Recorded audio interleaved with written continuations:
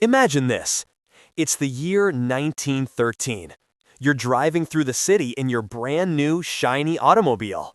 The wind is in your hair, the road is open ahead, but suddenly, your car starts to slow down.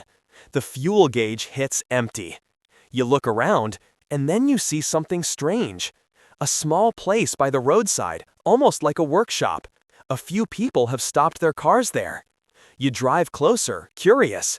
A man steps up and within seconds refuels your car. It's quick, it's easy, almost magical. You've just witnessed something the world had never seen before.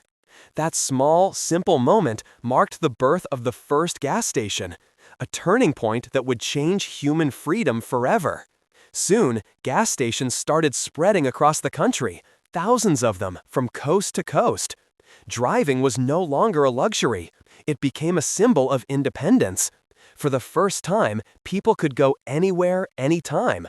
Distance was no longer a limit. But the story doesn't end there. In fact, this is where the real mystery begins. After that first station opened, something unexpected started happening.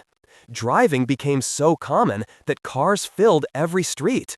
But early gas stations were far from safe. Most pumps stood right beside the road, and sometimes gasoline leaked into the air, causing dangerous fires. Then came a new idea. In 1913, the Gulf Refining Company built the first modern-style gas station outside the city. Instead of a small surface pump, they installed a large underground storage tank connected to 6 fuel dispensers, allowing several cars to refuel at once. At first, people didn't trust it. On opening day, the station sold only 30 gallons of gas. But soon, drivers realized how fast and safe it was, and that changed everything.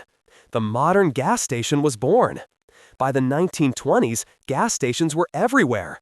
But a new danger was waiting: gasoline vapor.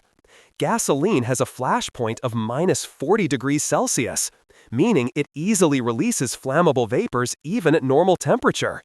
If these vapors built up around a station, a single spark could turn the whole place into an inferno. Engineers had to act fast. They developed the automatic shutoff valve, a small mechanical float inside the fuel nozzle that would stop the flow automatically once the tank was full. It was a simple invention that saved countless lives.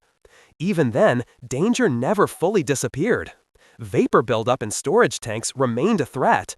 But engineers kept improving, adding hidden safety systems to protect drivers and workers alike. By the late 40s, gas stations became not only safer, but also more affordable. A new idea emerged: self-service. For the first time, drivers could fill their own tanks without any attendants. This innovation cut costs and made fuel cheaper, but it also came with risk.